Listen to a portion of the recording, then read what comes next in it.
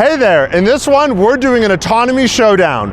Rivian versus Tesla versus other Rivian with comma. Well, here we go. Oh no!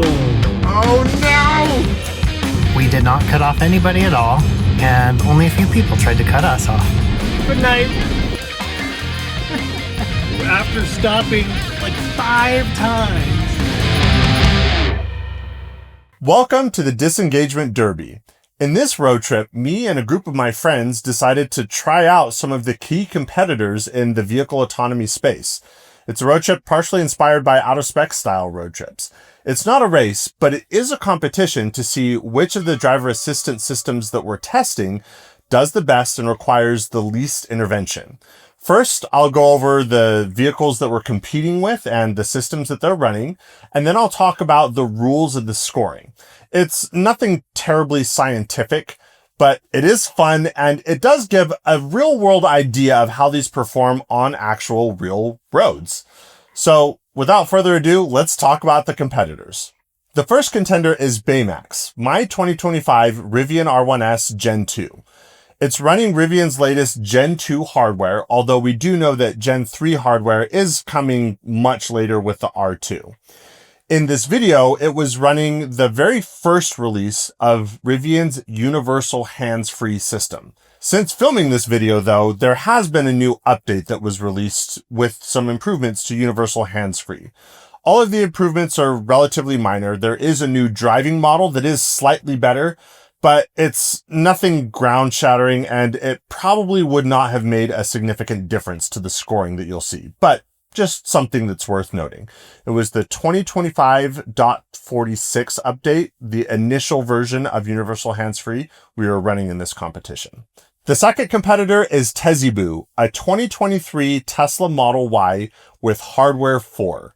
This is likewise the most recently released version of Tesla's autonomy hardware, though there are future revisions rumored, but that's what we've got so far. In this video, it was running FSD 14.2.2.4. And the last contender is Ramses, a 2024 Rivian R1T Gen 1 running with Comma 3X.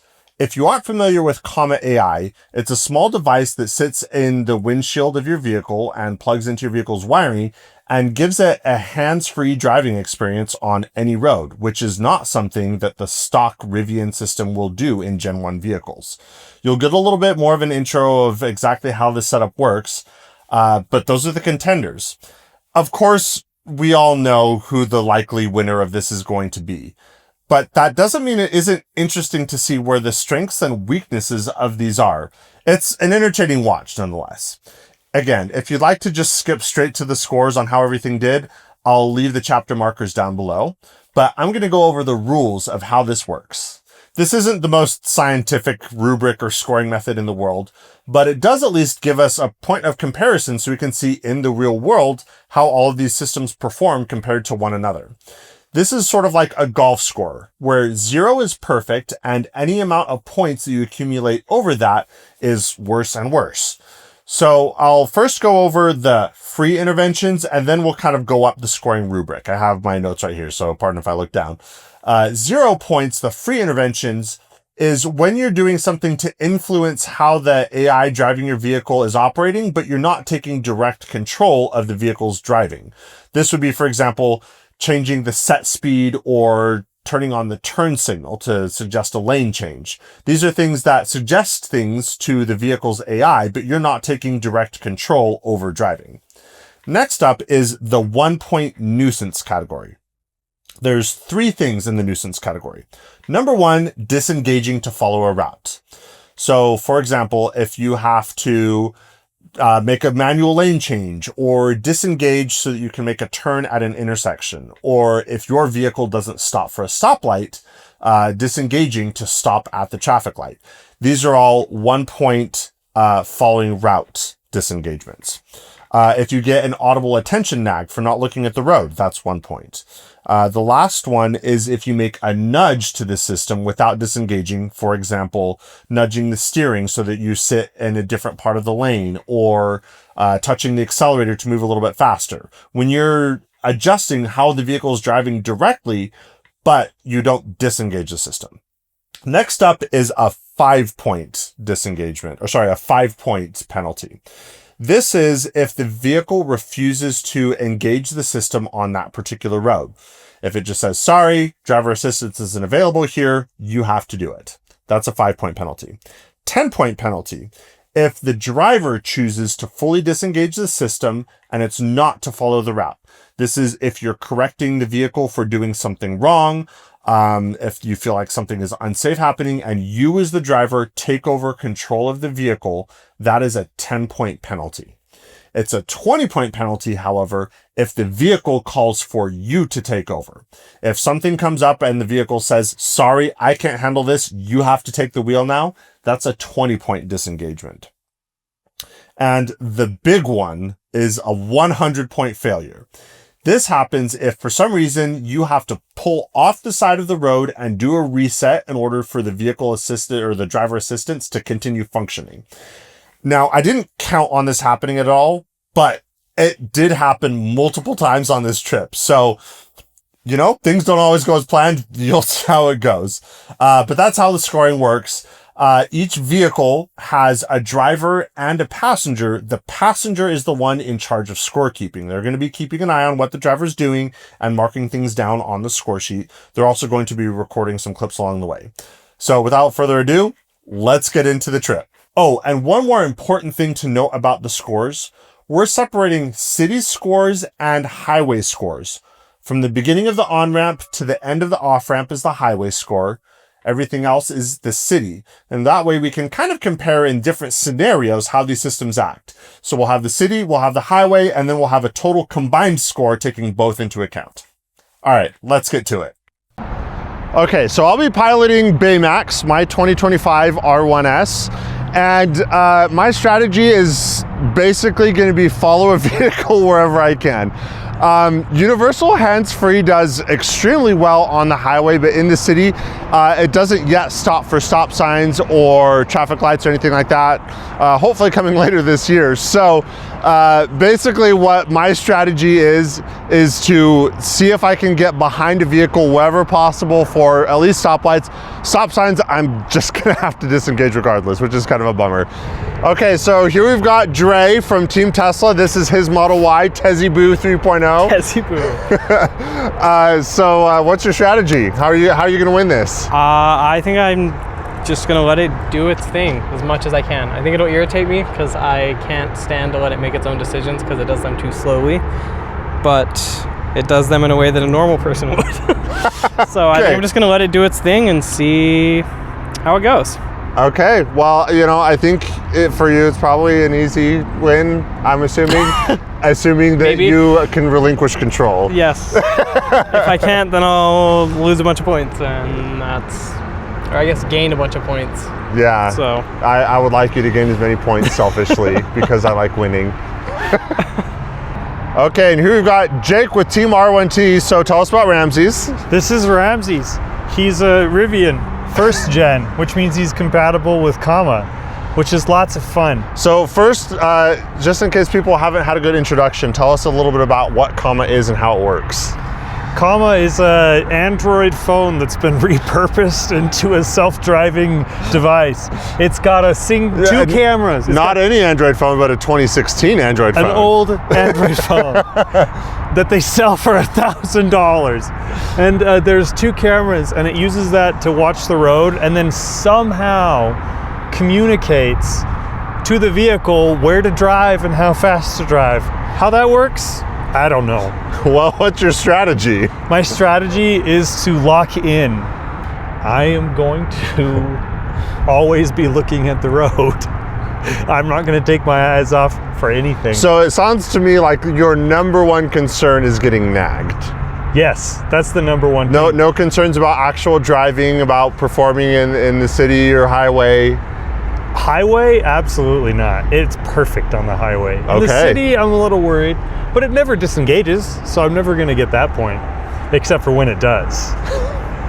And then it's catastrophic when it does disengage. It may never turn back on. Well, I guess we'll find out if you get 100 points or none points then. I'm not going to get any points. Quick interjection here. We did make a couple of stops on the way. One stop that we didn't really plan on taking, you'll see what happened. We stopped again in Beaver, Utah for dinner and a charging session. And then we stopped again in Washington, Utah for a quick top up. Okay, back to it. Here we are embarking on our journey. How are you feeling about FSD compared to the other lineup? I think I'm going to be the one that just sits here and does nothing, because FSD will just do it all. Like, you really don't have to do anything when FSD is driving. It doesn't make mistakes very often. So I think it'll be just kind of boring sitting here. Well, it's nice to feel like we're the control group. Yes, and I think we'll be the winners, which is a good thing. Okay, here we go. We're just about to get on our first stretch of road where I'm gonna have to engage. Okay, here we go. First engagement here. Oh, turn off my turn signal. And let the point getting begin. Oh boy, we're already gonna get some points here. Someone just pulled right out in front of us. Okay, and guaranteed right here, we're gonna get the sharp curve warning and we're gonna get our first 20-point disengagement because it's asking me to take over. Oh, no, that ended up being a 10. I took over before it screamed at me. So there was 10 points right there because it was just about ready to fly right off that edge. Folks, we're off to a good start on that city score. Now we're on the on-ramp, so highway score begins. Okay, so we got to mark down that 10 points. And then another one here, if you want to show them, we've got metering happening at the freeway entrance right now. So that's going to be another 1 point because it's like disengage for navigation or for following the route. So we're already up to 11 points and we're not even on the way. Ooh. It's going to be a high point. And this is going to be a point on the freeway one because technically it's on the on-ramp. So I have 10 points on city, 1 point on highway now. Oh, dear me. It'll also be interesting to see how it does here with the merge because Universal Hands-Free doesn't particularly love merging. I think in order to navigate this merge, I'm gonna have to leverage automatic lane changes as much as humanly possible and just pray that someone lets me in. It's Utah, so I don't have high hopes. And play with the speed as well to see if I can like slow it down. Dang it, that was a missed opportunity by me to get in behind that bus. Crap. Well, here we go.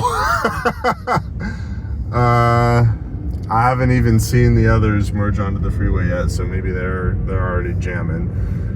Once we're underway, I feel like we'll be fine. Oh gosh, yep, here's... Okay, I'm gonna go drive mode for longer following distance to see if we can just not be a jerk here. Oh no! Please let me in, please let me in. Oh no. Okay, well, I didn't have to disengage. Okay, we're gonna ramp up the speed again. Okay, this person, we're just hugging the right side of the lane and it's just gonna be awkward for a minute until this lane comes together. Oh dear. Okay, well, you can show this now at this point. The lane's starting to come back and merge in. The merges are painful with this system. It cannot handle merging. So, okay, I'm gonna go back into spicy mode here. It's really just gonna be a game of leveraging drive modes, spicy to get shorter distances, mild to get longer distances, speed changes. Now that we're in the flow of traffic, bummer that we're starting in rush hour, but now that we're in the flow of traffic, I'm hoping that things will continue to go smooth. So we'll check in it a little bit and I'll let you know how it's going. I'm gonna try to not touch the wheel so the camera thinks that I'm doing it right. Oh, there's one. Oh, that's 1 point.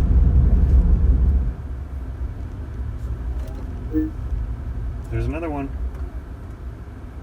All right, so we're here on our trip and there's a bunch of traffic. It looks like there's some accidents ahead of us that we're going towards. How does the comma perform in traffic kind of stop and go like this?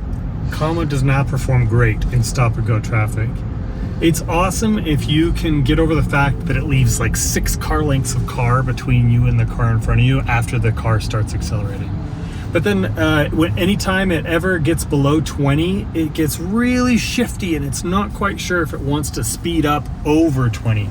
So since we're going 10 miles an hour now, when the traffic eventually does speed up, like you can see it is now, comma will just refuse to speed up until the car is like a mile away, and then now it's speeding up. So it's a little bit unsettling, and frankly, I'm sure it pisses off a lot of drivers because of the safetiness it consumes. But that's also could be contributed to the model that we're using. The model that we're using might just like these long distances. Okay, and just for full disclosure here, what model are we currently using? This one is NPR, National Public Radio, which was released in 2014. I think it said 2024 wasn't the most recent update. Yeah, 2024 model, so it's not recent. So here we are entering the freeway. FSD is handling it pretty well so far. It's getting close to Friday rush hour traffic, so you can see there's a mass of cars on the freeway. This will be interesting for non-FSD autopilots. We'll see how they handle it, but I'm pretty confident in our ability to navigate this jungle. Merges into the freeway have all gone smoothly.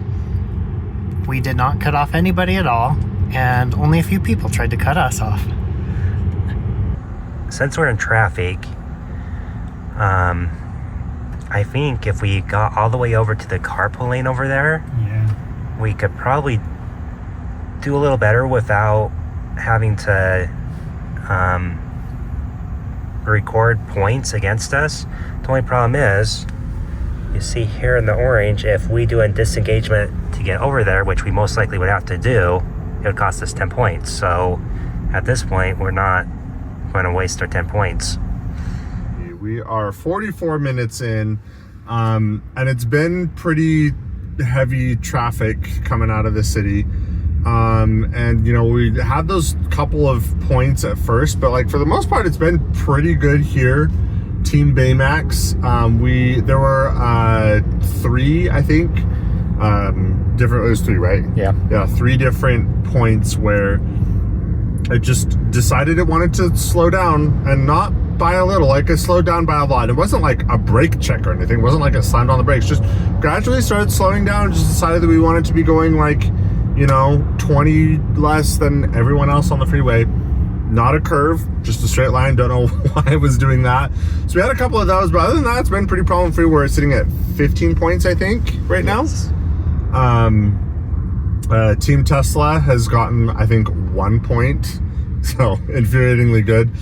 The Team Comma, they're having a hard go of it. They've had 2 disengagements by the driver at this point. So we'll have to get some more detail. I don't know exactly what happened on those ones, but so far it's looking pretty good. We might pull out a second place finish here if it continues to this trend. But honestly, in the stop and go traffic, it's been great, a lot better than previous software versions. So I'd say like 2 roughest parts so far have been just the random slowdowns for no reason, and the merging was kind of rough. But other than that, I'm feeling good. Okay, just a real quick interjection here on what you're about to see. Comma functions a little bit differently with the lane changes. When you cue a lane change, you turn on the turn signal, and also for safety, there's a setting you can have where you nudge the steering wheel in order to tell the system it's okay to go ahead and execute that lane change. So that's going to cost him 0 points to initiate the lane change because he just happens to have that setting for nudging the steering wheel turned on. You also may notice in here that he does do some nudges where he pretty heavily turns the steering wheel. And unlike other systems, Comma does not disengage when you turn the steering wheel a whole bunch. You can nudge it quite a bit, and it will stay engaged with steering. And that works to Comma's advantage. That means that it's able to pretty heavily take input without going to a full disengagement. It was just a 1 point nudge, even though he was pulling pretty hard. Okay, continue. Jake is going to try to attempt to merge over 5 lanes of traffic without disengaging. We did 1. That's 1. 1 down, 4 to go.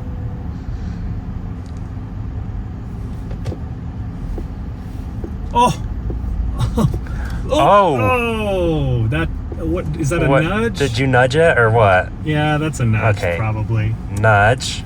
Well, it cost us one nudge getting over. Okay, now we'll go again.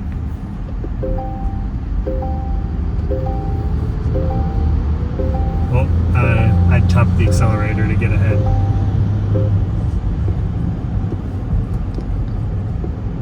One more nudge. That's it. Okay. Okay, Got 2 lanes to go. 2 lanes to go.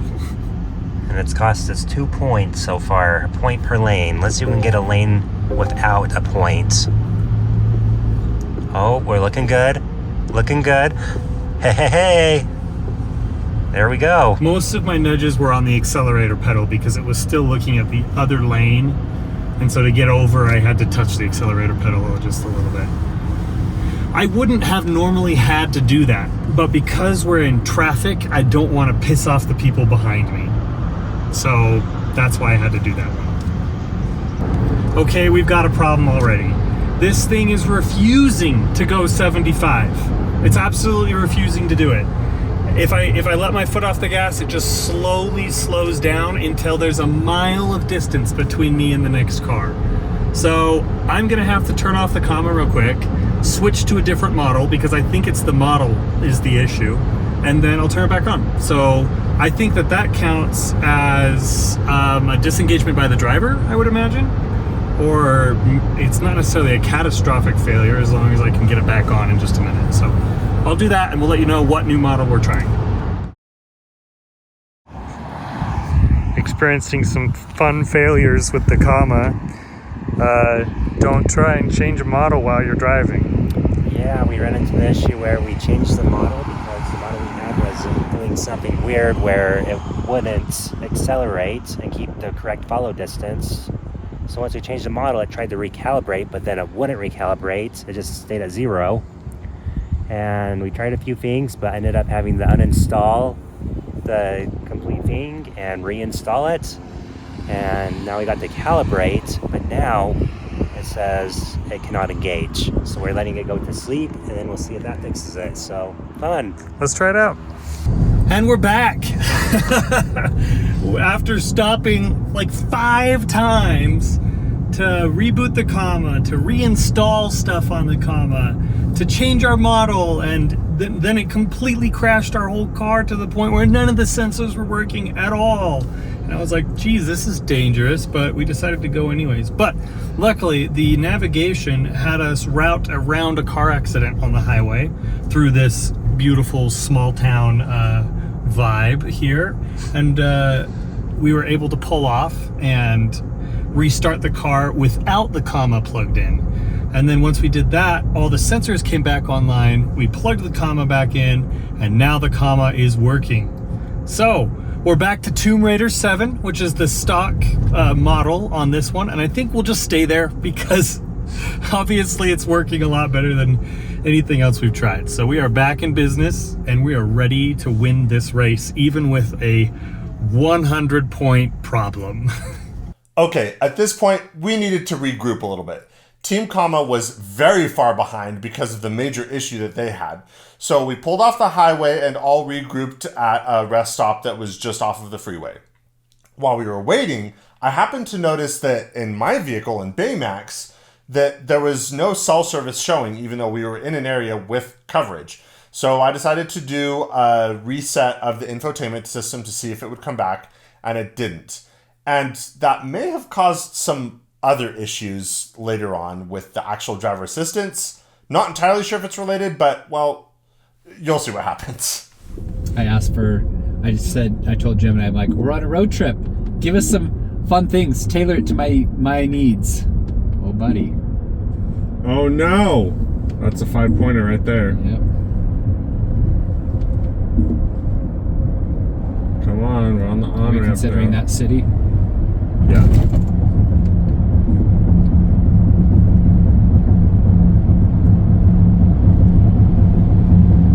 Oh no, is it not going to work because of the cell service thing? I don't know. Oh no!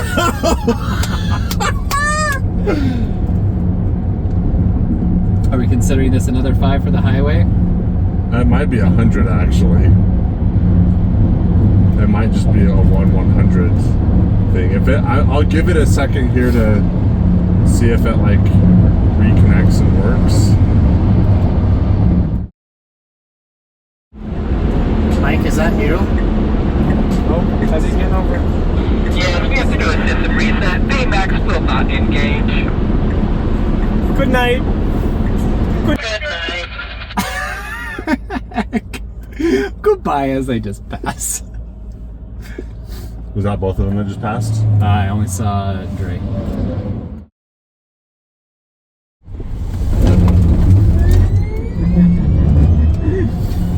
That's where it's nice to have the oomph. Uh-huh.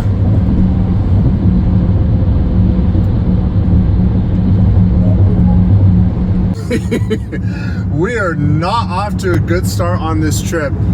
So far, Tesla is sitting pretty with 2 points. We have 128 or 125. 125 points. Comma has 140. 130 points. Only 5 point difference. Both of us had 100-point failures where we had to reset. And it's really interesting because both of these failures are things that I would not consider to be normal or typical. But they are things that did happen, so we have to put it in there. In our case, what happened is for some reason, the cellular signal was disconnected. I don't know why I lost cell connectivity, but because we were in an area with coverage and other AT&T devices, which is what Rivian and Tesla both use actually. Other devices had connectivity, but ours didn't. And so while we were pulled over waiting for Team Comma to catch up because they had their incident, which we'll show their clips, I rebooted the infotainment system to see if I could get cellular connectivity. It didn't come back, and I was like, whatever. But for some reason, whatever bug that was, that also made universal hands-free not work. So I had to pull off to the side of the highway and do a full vehicle reset in order for it to regain connectivity and also regain UHF. So I cannot say that I've experienced that particular bug before. I've put in, probably at this point 1,500 to 2,000 miles with universal hands-free, and I have not had that one yet, but it happened. Same thing with the comma bug. They've had lots of issues with their comma where they've had to do resets and stuff like that, but nothing like this particular bug, and yet both of these things happened on this trip so far. So this is why we do these tests and experiments. It's a real world.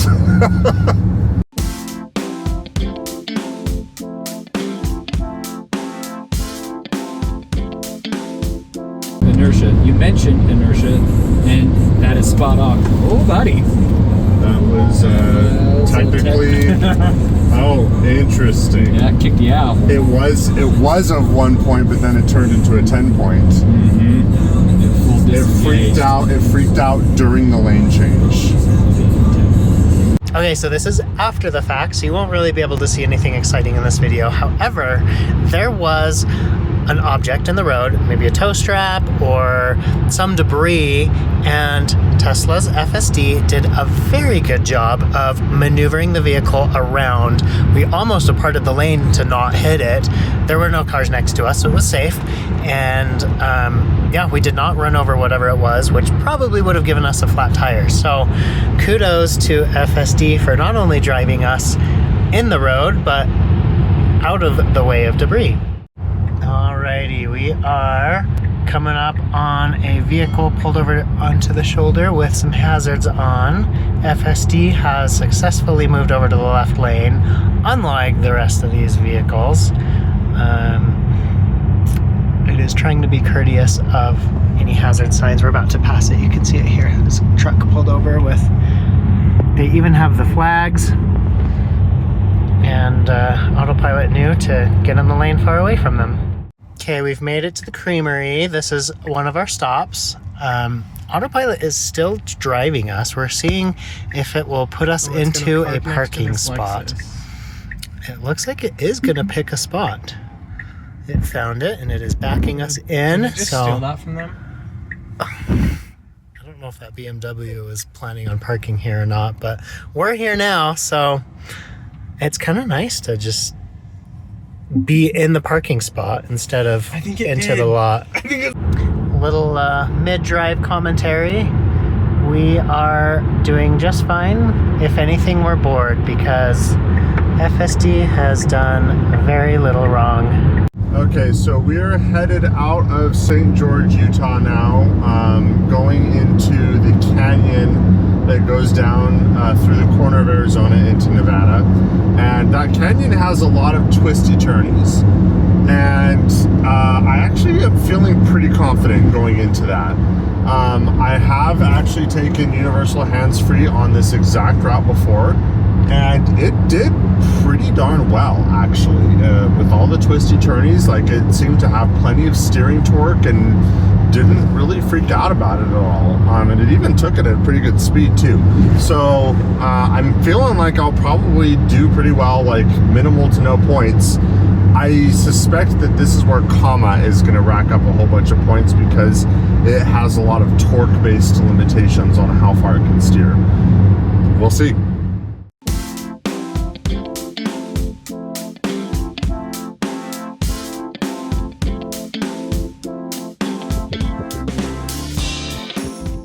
Okay, Jake, so we just got to the Virgin River and we're going through these kind of tight corners with the Comma. Yeah, so an interesting part of third-party autonomy with the Comma is that it's limited in how much it can turn the steering wheel, how much torque it can put on the steering wheel, and how quickly it can turn the steering wheel. So when we have some of these tight turns and we're going fast through these tight turns, frequently it will beep at me and ask for help because it can't turn the steering wheel hard enough to make it around the corner. And I think that that's really clever that it can tell you to do that because it's tracking so well that it knows it can't. But it's also kind of inconvenient to the fact that I've got to help out or slow down the vehicle enough for it to be able to turn the wheel. But this is something that is specific to Rivian vehicles. Like, and the Comma in Hyundai, I know can basically turn the wheel all the way and at any speed, full torque, whatever it wants to do. But in Rivian, apparently the CAN network here is a little bit more difficult to intercept, and it can't do it. So I have to help out on some of the curves. This curve seems to be just fine, but some of them get a little bit tricky. Yeah, it seems like if you're going 60 or lower, even if there's a curve, it does quite well without making you take over. Yeah, this curve is pretty easy too. I'd say, yeah, if you're going like 70 or 75 for these that some vehicles are doing, yeah, it would definitely make you take over, and we have to take the point loss on it. Right. We've already gotten 1 point down, but no more. That's it. Okay, deal. All right, let's talk about scores real quick. We got into Las Vegas pretty late that night, so I'll go over scores now. It's safe to say that this trip did not at all go how I envisioned it would. I wasn't imagining that we would get even 100-point failure, let alone multiple of them on multiple vehicles. But here we are. We did also keep score on the way back to see if we could get a more normal representation. I would consider those 100-point failures to be things that aren't normal and don't happen often. However, they do happen. And on this trip, it did happen. So we have to count it. So we'll go over the scores here, and then I'll talk a little bit about the return trip as well. Okay, let's start off with Team Comma AI. They ended up with a grand total in last place of 194 points. Absolutely insane with that whole having to reinstall OpenPilot on the side of the highway. Very uncommon, but it did happen. The breakdown of that was 53 in city and 141 on the highway. There were 7 nudges without disengagements, and there were 4 disengagements by the driver in the city. On the highway, They had several of every category. They had 11 nudges, which is quite high. And many of those nudges had to happen through this stretch of canyon where the steering wasn't strong enough or they were going a little bit too fast. Okay, and obviously in second place then, that means the Rivian Gen 2 system, Team Baymax. And the score was slightly better, but still pretty terrible with 175 combined. There were 26 in the city. There were 6 disengagements to follow the route, mostly because of not being able to stop at stoplights by itself. And there were 2 disengagements by the driver. On the highway, there were 8 disengagements to follow the route. And these were mostly due to automatic lane changes not being available in certain areas because of unmapped lanes. So that had to be a manual lane change where there was a disengagement. There were 7 audible nags on that one and a few nudges as well. There were also 3 disengagements by driver.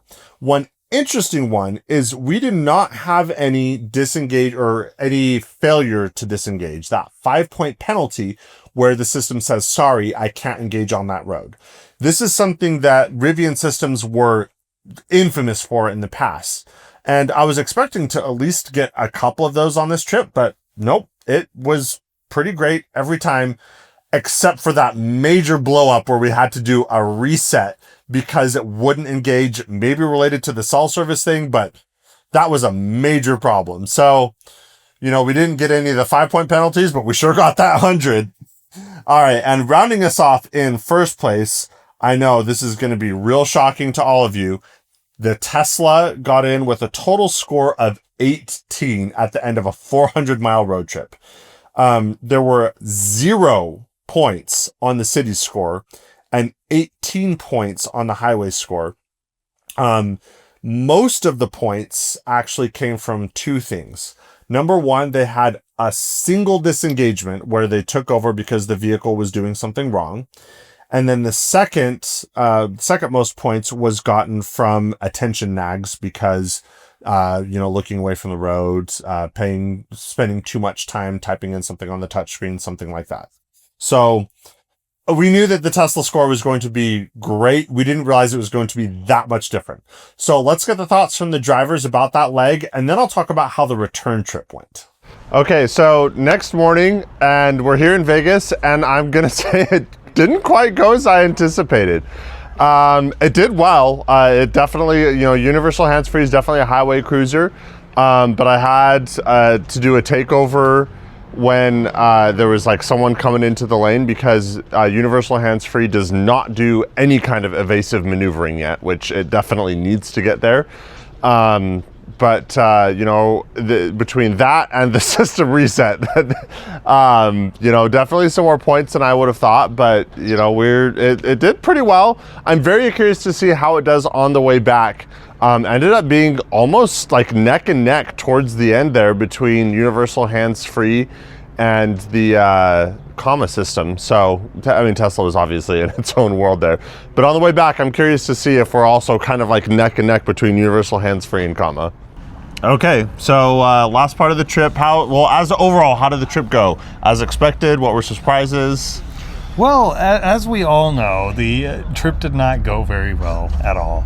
But I blame myself. If I had not tried to switch models in the middle of my driving, this wouldn't have happened. But also, that shouldn't have happened even if you did want to switch models. That's fair. Yeah, and there were a few things that did happen that I was just oh, that was my fault. That wasn't Comma's fault for doing this specific thing. But I was like, but it still happened, so we got to put it on the chart. Yeah, and I feel like there's some value for coming back because while the stuff that happened, I feel for both you and me was sort of out of the ordinary, it happens, and we're not the only ones that has happened to. That's true, and it happens all the time, but maybe not all the time, but frequently enough to happen on this trip. So outside of the whole reset incident, do you feel like it was a pretty good trip of how usually comma works and pretty representative of that? Yes. Though I did luck out a lot being able to follow somebody on an off-ramp because, comma does not scale down its speed at all, as most don't. And so I got lucky to follow somebody and have that speed come down. But the only problem is the cruise was still set at like 75. So as soon as that person turned away from me, it just wanted to take off, and I had to disengage. Mostly because I'm not going to push the minus button 50 times. So yeah, and I guess that is a good point to bring up, that there is like an alternate harness that you can get that allows you to use the steering wheel controls. But also, that harness is also about to be outdated because there's another new harness that's supposed to be less error prone. I have no idea. We'll see what happens. People are creative, to say the least. Comma is the Wild West, and it is not for the faint of heart, is what I'm learning. It's for tinkerers. Yes, I wouldn't give it to Joe Schmo to use. You got to know what you're doing to do with this one. And frankly, I don't know what I'm doing, so I'm as lost as anybody would be. I just know that I know how to fix it, I guess. Got in last night, last part of the trip. How do you feel like the trip went for you? I think it went pretty good. I just sat there and did basically nothing. Do you feel like it was going kind of as expected? Did you expect anything different? I think it did a little bit better than expected. I was expecting it to go a little bit slower because it got dark, but it actually, oddly enough, went 85 in the dark and like 78 during the day when it could see. So, you know, decisions were made. But did you feel unsafe? I did not. It actually swerved for like stuff in the road that I wouldn't have seen until I hit it. So through the canyon, how were you feeling? With the like winding? It was whipping it. It was going like 80. Oh my gosh. And it was like when you'd pass a semi, like it would give it more room, so it would like go over the line towards the cement barrier and like hit the little markers, but it wasn't like uncomfortably close to the cement barrier. Yeah, I mean, it went fast through the canyon, but not like unsafe fast. It was just fast enough to not. It used to slow down, and like it would, on turns it would take them too slow and cause traffic. Now it kept up with traffic and did what it should have been doing. Okay. All right, I like that. So you basically just felt like how you would have driven. Yeah. Okay. So you didn't have to exercise much willpower. You did rack up some points with attention nags, though. I did, because it didn't like me looking anywhere but the road. I will say, looking at the attention nags between the three vehicles, it was about equal. It seemed like each system got about like 7 or 8 attention nags throughout the whole trip. Oh, well, then I don't feel too bad then. yeah, no, that's about right.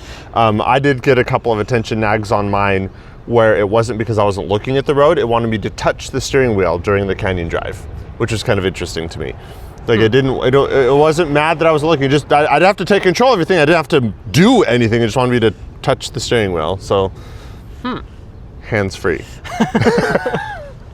Okay, so let's talk about that return trip.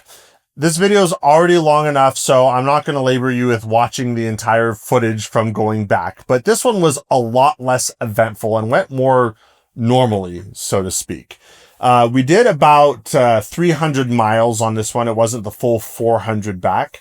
But on this trip, the last place was Comma AI again with a score of 63. There were no more of those deal-breaking have to pull over events, which again are not particularly normal, but did happen on the first leg. So the 63 combined score came from 18 on the city and 45 in the highway. And it was sort of the same as the way down. Lots of little nudge points, lots of attention nags on this one, which they didn't get on the way down. So that was interesting to see that there were that many. I mean, they did get attention nags, but not quite as many. But overall, a lot more of a representative score. On the highway, they did have one single disengagement where the Comma actually told the driver to entirely take over. For Comma, that's pretty rare, but it did happen and they got 20 points from that one. In second place, Baymax Team Rivian Gen 2 got a score of 34 on the way back. Again, none of those having to pull over and do a resets. It just worked this time. There was a city score of 24. One was where the system just gave up and made me take over because it was a curve that was too sharp. And then a few disengagements to follow the route. And then the highway score was actually quite low. It was actually a score of only 10. And this goes to show that under normal circumstances, Universal Hands-Free is a road trip star. It does really quite well on the highway. City is where it needs a lot more work. And then, of course, again, in first place was the Tesla on the way back with a combined score of 13. Once again, the city score was 0 and the highway score was 13. So that's how it shook out. The results are not necessarily surprising, but it was a good way to compare how these systems relate to one another and how they perform in the real world.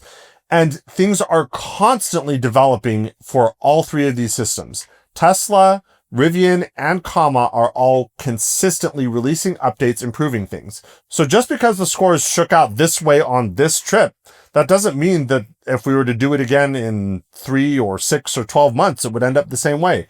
And you can bet we will probably be doing these every so often and compare how the systems do. I'm betting that we're going to see a lot of improvement out of both Comma and Rivian systems. So if you made it this far, thanks for joining us on this journey. We had a lot of fun making it. Leave a comment down below if you'd like to see more content like this. And did the results go as you planned? I certainly didn't think so. We're at Mike's video.